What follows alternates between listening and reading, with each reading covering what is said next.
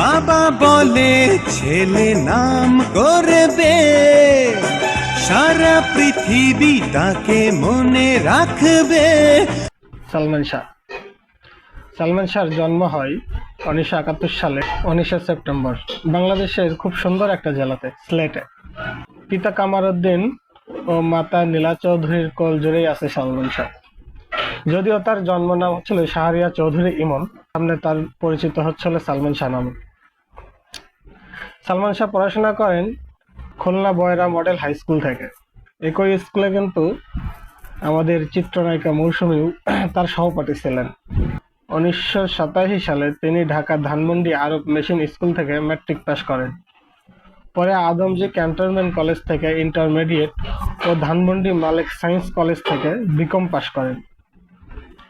Salman Shah 12 August 1992 তার খালার বান্ধবীর মেয়ে সামিরাকে বিয়ে করেন। সামিরা ছিলেন একজন বিউটি পার্লার ব্যবসায়ী। সালমান শাহ 2টি ছবিতে কিন্তু পোশাক পরিকল্পনাকারী হিসেবেও কাজ করছেন। সালমান শাহর সাথে ভারতীয় অভিনেতা শাহরুখ খানের খুব ভালো বন্ধুত্ব ছিলেন। 1995 সালে তিনি শাহরুখ খানের মুম্বাইয়ের বাড়িতে গিয়েছিলেন সপরিবার সহ। সালমান শাহ সর্বপ্রথম 1986 সালে পাবলিক, বিটিভি, টেলিভিশন, হানিফ সংকেতের ইত্যাদির মাধ্যমে একটা মডেল গানের মাধ্যমে আবির্ভাব ঘটে আমাদের পর্দায়। নামটি ছিল তার অপূর্ব, কথা আর কাজেও সে অপূর্ব। সালমান শাহ 1985 সালে বিটিভির আকাশছোঁয়া নাটক দিয়ে তার অভিনয়ের ক্যারিয়ার শুরু করেন। পরে দোয়েল 1985-তে, সব পাখি ঘরে ফিরে 1985, সৈকত সবার 1988, নয়ন 1985, স্বপ্নের পৃথিবী 1986 নাটকের মাধ্যমেই অভিনয় করেন। নয়ন নাটকটি সেই বছরের শ্রেষ্ঠ নাটক হিসেবে বাচ্চাস পুরস্কার লাভ করেন। এছাড়াও তিনি 1990 সালে নাইমুল হাসান সাহেব পরিচালিত উপন্যাস অবলম্বনে নির্মিত পাথর সময়েও 1994 সালে ইতিকথা প্রখ্যাত চলচ্চিত্র পরিচালক শাহানুর রহমান শাহর নির্মিত কিয়ামত থেকে কিয়ামতে সেই আমাদের সালমান শাহ এবং মৌসুমী প্রথম জুটি করেন বড় পর্দাতে। ও আমার বন্ধু গো, চিরসাথী। পরে মৌসুমীর বিপরীতে তিনি আরো 3টি চলচ্চিত্রে অভিনয় করেন।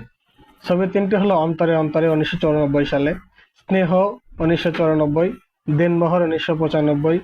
শিবলি সাদিক পরিচালিত অন্তরে অন্তরে ছবিটি খুবই ব্যবসা করে। ছবিটিতে এখানে দুজনে নির্জনে সাজাবো প্রেমেরও।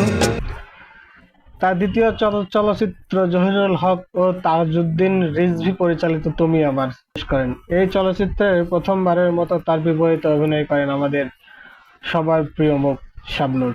তুমি আমার ভালোবাসার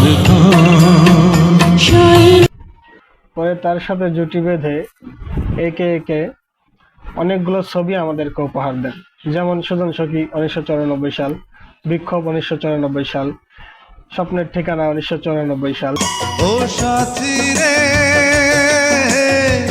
যেও না কর, মহামিলন 1995 সাল, বিচার হবে 1996 সাল, তোমাকে চাই 1996 সাল, তোমাকে চাই শুধু তোমাকে চাই, আর কিছু জীবন, স্বপ্নের পিয়াসী 1997 সাল, স্বপ্নের নায়ক 1997 সাল, আনন্দ অশ্রু 1997 সাল, তুমি মোর জীবনের ভাবনা, হৃদয়ে সুখের দোলা সহ মোট 14টি ছবিতে অভিনয় করেছেন। সবকটি ছবি ব্যবসা সাফল্য হয়।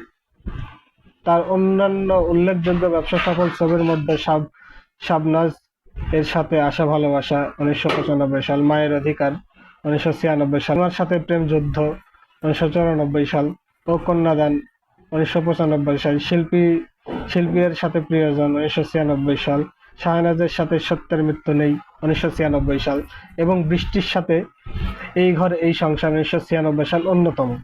একটুখানি শোনো না, একটু কাছে আসো না, একটু ভালোবাসো।